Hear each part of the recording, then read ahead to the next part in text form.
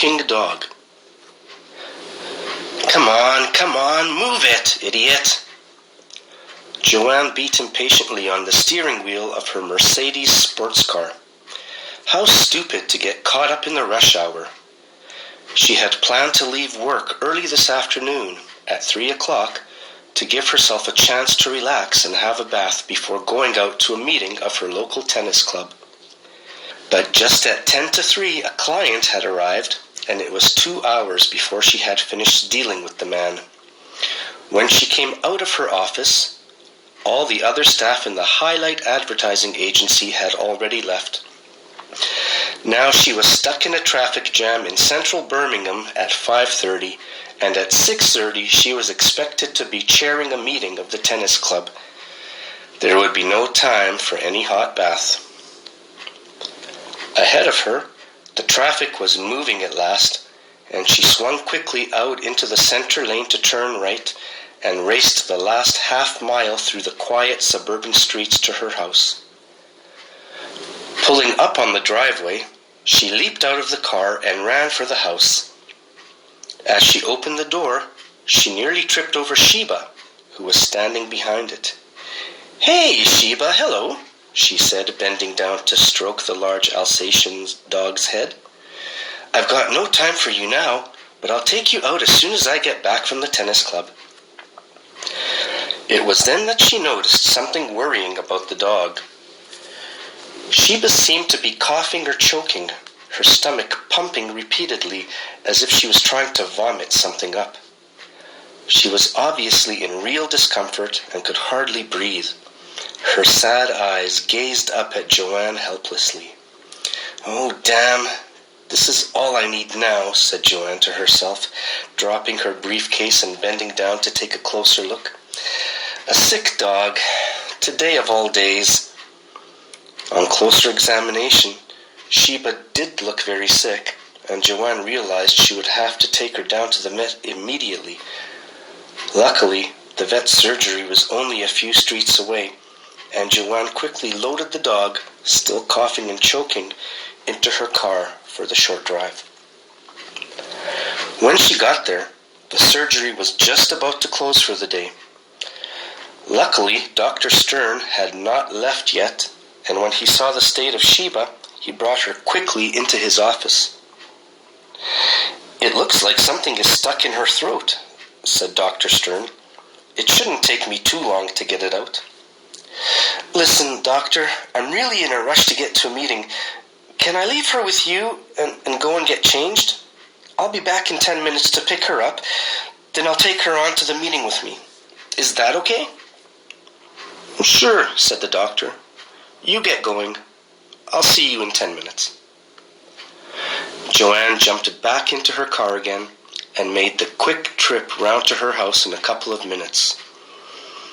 As she was once more entering the hallway, the phone on the table by the door began to ring. She picked it up, annoyed by this additional interruption to her plans. "This is Dr. Stern," said an anxious voice. "Is that you, Joanne?" "Of course it's me," said Joanne, surprised at the sound of his voice. "No one else lives here." "I want you to get right out of that house immediately," said the doctor's voice. "Right now. I'm coming round right away, and the police will be there any time now. Wait outside for us." The phone went dead. Joanne stared at it. She was confused, but she was also a little frightened by the obvious fear in the voice of the doctor. She replaced the receiver, then quickly backed out of the door and ran into the street. At that moment, a police car with its lights flashing swung round the corner and screeched to a stop outside the house. 2 policemen got out. After briefly checking that she was the owner of the house, they ran into the house through the still open door without explaining anything. Joanne was by now completely confused and very frightened. Then the doctor arrived. "Where's Sheba? Is she okay?" shouted Joanne, running over to his car. "She's fine, Joanne. I extracted the thing which was choking her, and she's okay now." "Well, what's this all about? Why are the police in my house?" Just then, the two policemen reappeared from the house, half carrying a white-faced figure, a man in a dark grey sweater and jeans, who, it seemed, could hardly walk. There was blood all over him. "My God," said Joanne, "how did he get in there? And how did you know he was there?" "I think he must be a burglar," said the doctor. "I knew he was there because when I finally removed what was stuck in Sheba's throat, it turned out to be 3 human fingers. I don't think he's a very happy burglar."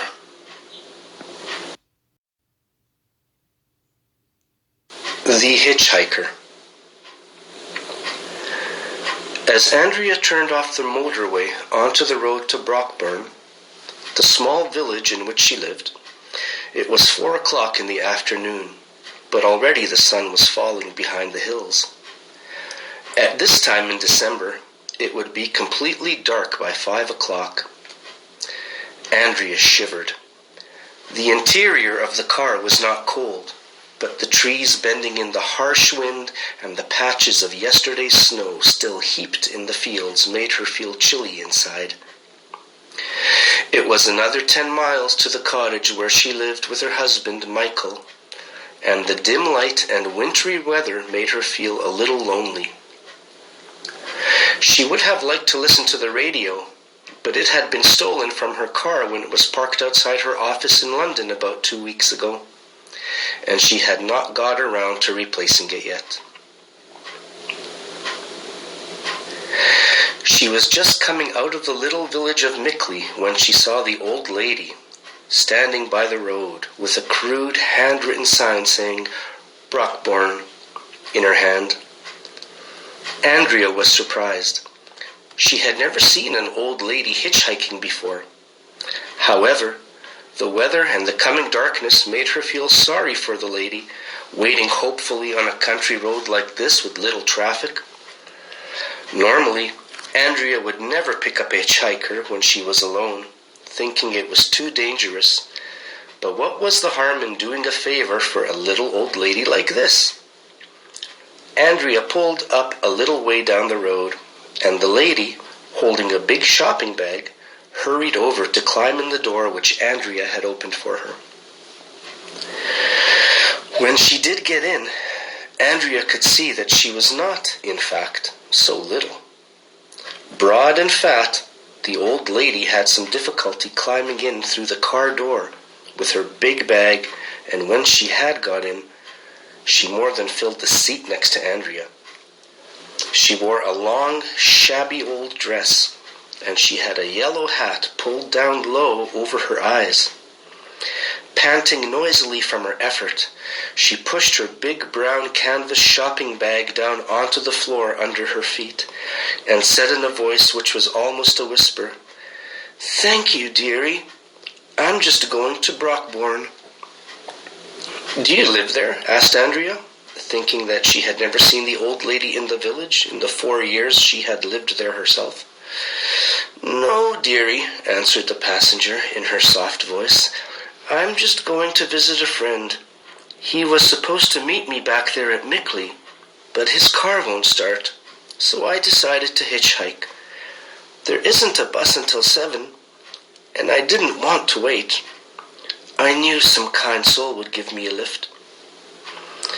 Something in the way the lady spoke, and the way she never turned her head, but stared continuously into the darkness ahead from under her old yellow hat, made Andrea uneasy about this strange hitchhiker. She didn't know why, but she felt instinctively that there was something wrong, something odd, something dangerous. But how could an old lady be dangerous? It was absurd. Careful not to turn her head, Andrea looked sideways at her passenger. She studied the hat, the dirty collar of the dress, the shapeless body, the arms with their thick black hairs. Thick black hairs? Hairy arms? Andrea's blood froze. This wasn't a woman. It was a man. At first, she didn't know what to do. Then, suddenly, an idea came into her racing, terrified brain. Swinging the wheel suddenly, she threw the car into a skid and brought it to a halt. "My God!" she shouted. "A child! Did you see the child? I think I hit her." The old lady was clearly shaken by the sudden skid. "I didn't see anything, dearie," she said. "I don't think you hit anything." "I'm sure it was a child," insisted Andrea. "Could you just get out and have a look? Just see if there's anything on the road?" She held her breath. Would her plan work? It did. The passenger slowly opened the car door, leaving her bag inside, and climbed out to investigate. As soon as she was out of the vehicle, Andrea gunned the engine and accelerated madly away. The car door swung shut as she rounded a bend, and soon she had put a good 3 miles between herself and the awful hitchhiker. It was only then that she thought about the bag lying on the floor in front of her. Maybe the bag would provide some information about the real identity about the old woman who was not an old woman. Pulling into the side of the road, Andrea lifted the heavy bag onto her lap and opened it curiously. It contained only one item: a small hand axe with a razor-sharp blade. The axe and the inside of the bag were covered with the dark red stains of dried blood. Andrea began to scream.